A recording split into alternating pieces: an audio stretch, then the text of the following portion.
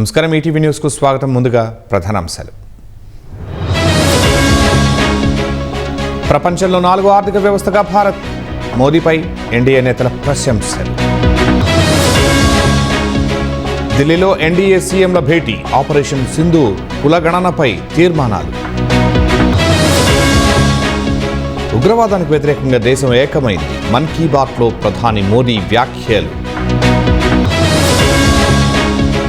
ఉగ్రవాదానికి మూల్యం చెల్లించుకోవాల్సిందే. పాకిస్తాన్కు శశి థరూర్ హెచ్చరిక. భారతం పట్టిన సరిహద్దు భద్రతా దళం. మినీవార్లో శత్రువుపై సంపూర్ణ ఆధిక్యం. కేరళ తీరానికి సమీపంలో మునిగిన నౌక. 24 మంది సిబ్బందిని రక్షించిన తీర రక్షక దళం. కుమారుడిపై లాలు ఆగ్రహం. పార్టీ, కుటుంబం నుంచి తేజ్ ప్రతాప్ బహిష్కరణ. ఉక్రెయిన్పై రష్యా అతిపెద్ద వైమానిక దాడి.